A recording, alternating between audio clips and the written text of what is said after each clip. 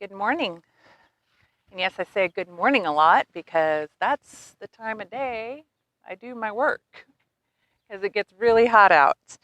I am not discounting you guys that live in areas where it gets 120, 130 degrees. But I got to tell you, 105 is miserable and I don't want to be out in it. Which brings me to a very strange time to be thinking about fall crops, but now is the time to start thinking about fall crops. So what I'm doing now is I'm getting my soil blocks ready. This is my first year in soil blocks. I'm hoping it goes really well. So it's kind of an experiment to see how well it does and whether I like the soil blocks over these. Now these, of course, are cheap plastic. They fall apart, disintegrate in the weather. I also have some of these smaller ones or larger ones and a bunch of other up-potting pots.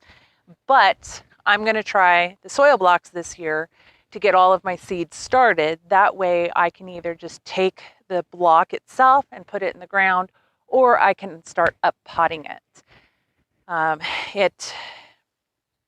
It self-prunes with air, so if the roots come out of the block, they die because they're not getting water. They just too much air on the outside.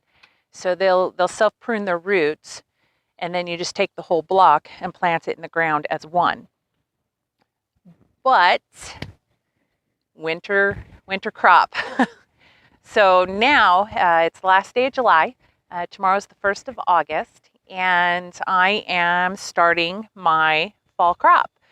I have these trays here that I can put 88 soil blocks on. I already have one tray started, and I'm going to be doing probably about 5 of these trays and starting my seeds. I'm going to be doing things like,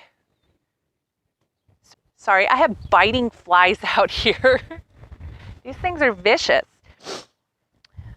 So each tray will do 88 seeds, and I need 360 seeds to get started. And then every couple weeks, I'm going to start more lettuce seeds in order to have succession planting or succession harvesting.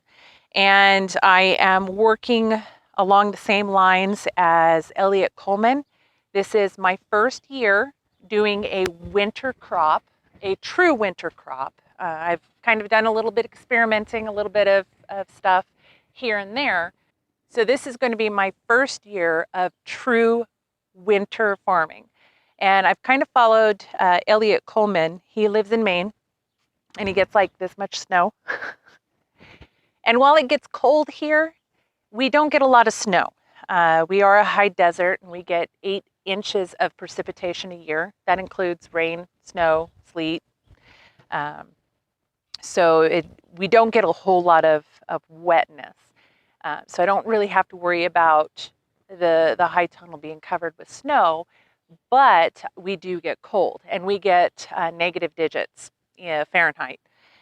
And so we definitely are going to be taking precautions. We're going to do the double tunnel that Elliot Coleman talks about. And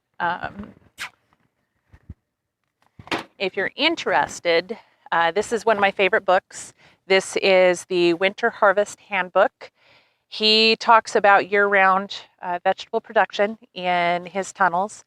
He talks about how he does it. He goes through everything from soil onto the actual tunnels and how he did it.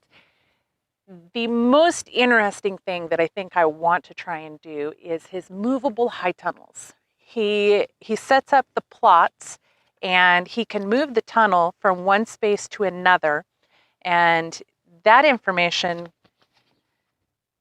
is detailed and outlined, whether you have just a 2-plot system, 3-plot system, or 4-plot system, how he succession plants, how he moves the tunnel based on what's being grown, and how he does that. Fascinating stuff. I'm going to link down below a video of him describing these systems in a YouTube channel that he has. And that's kind of where I was introduced to his his whole gardening and farming process. And then that's when I bought the book. And I really liked this information. So I've kept it and I've written all over in it, highlight things. Anyway, so that's where I got into wanting to do winter farming based on his information. I started kind of looking at another YouTube channel, No-Till Growers, I believe it was called. And I picked up their book, the Living Soil Handbook. I haven't opened the book yet, so I can't tell you what's in it. I can't tell you if it's good information or if it's useful or not. I'm sure it is, based on some of the videos I've seen, the information that they put out. I've really liked the work that they're doing on their YouTube channel. So I bought the book also to support them, but I bought it so that I can sit down and read more information and get kind of what I need when I need it kind of thing. I do like YouTube videos. I do watch a lot of different YouTube channels so that I can learn as well. But that's, I mean, everything I do, I learned from someone else. I didn't invent anything here. I did design my workbench, but I designed it based on other people's design, and I will adapt it to what I need. So I'm not the inventor of any of this stuff, but there's a lot of information out there. A lot of people, really smart people that know what they're doing, that you can also learn from. So I'm going to get started on my soil blocks so that I can get started on my winter crop on the 31st of July.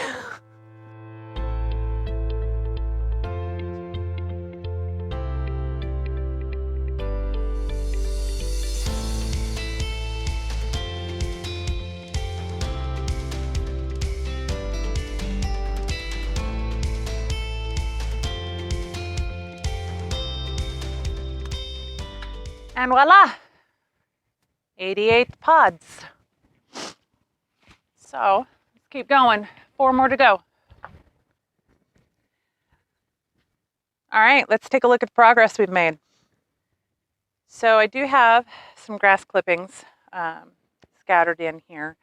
I think I may have accidentally done that. But these soil blocks are pretty good. I mean, they're not perfect. You can see where some of them don't look all that great.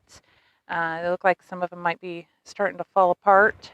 But what I'm going to do is plant the seed inside the wells, and then I'm going to cover it with perlite. Oh, that one's totally destroyed. Huh. So I know what plants I want to start, but how much? So I'm going to go look in the high tunnel and start planting. So the very first bed has my dead Brussels sprouts. I told you that I went up to Coeur d'Alene for a week, and when I left, I noticed that there was some aphid infestation, a small one, and I tried spraying off the best I could, but as you can see, my Brussels sprouts didn't fare well. There's a couple over here that are doing okay,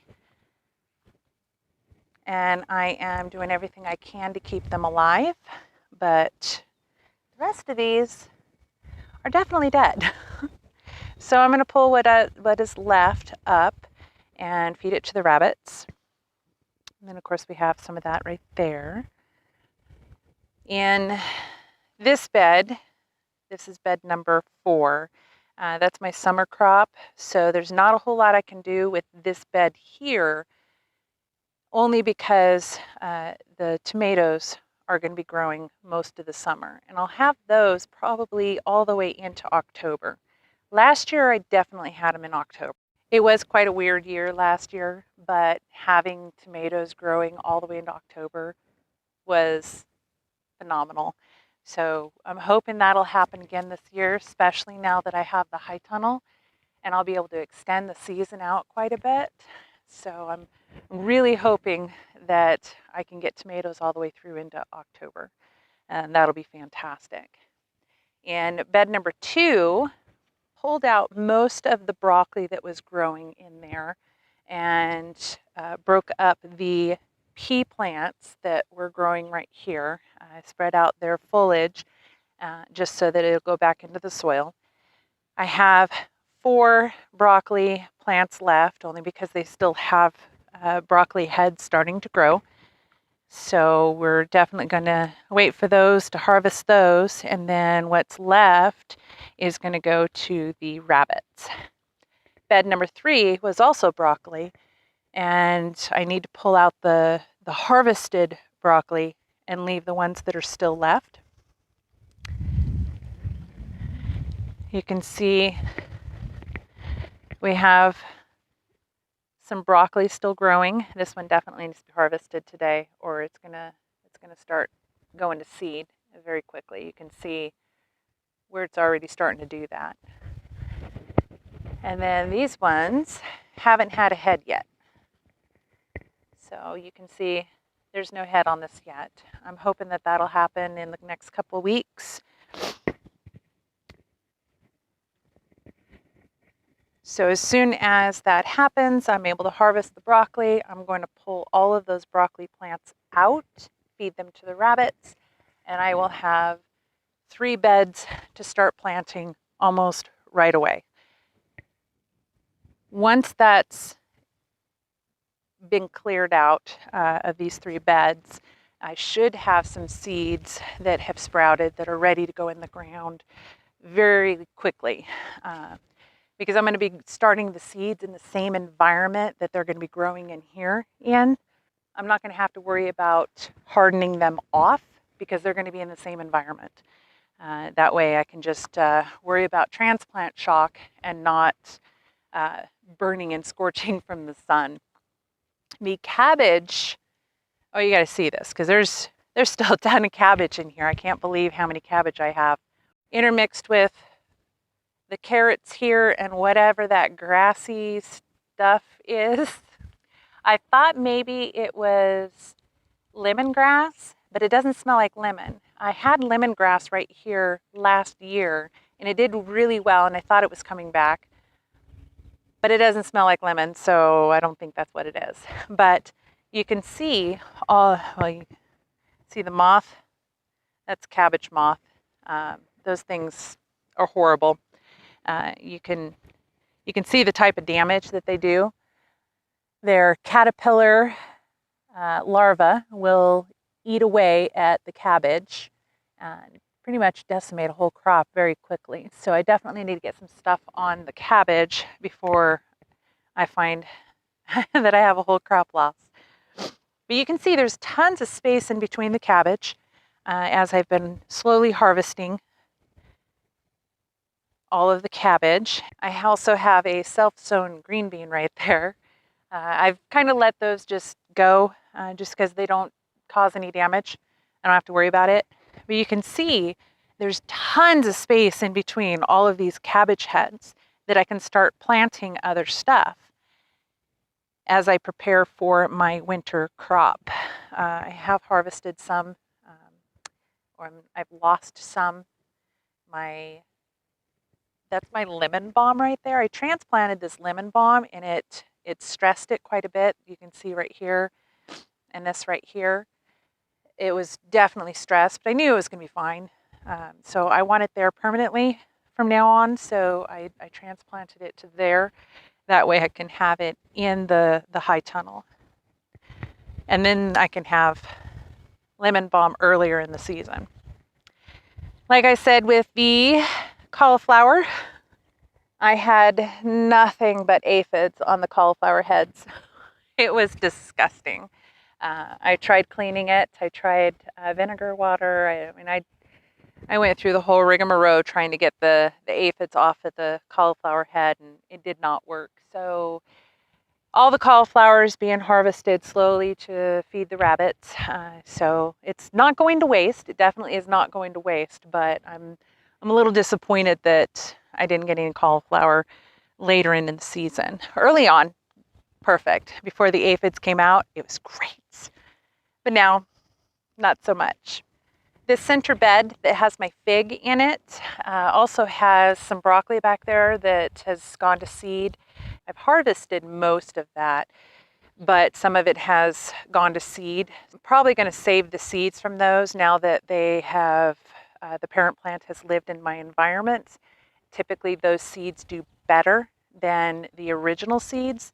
So I'm definitely going to save the seeds of those. That way I can have stronger, more well-adapted broccoli for this area.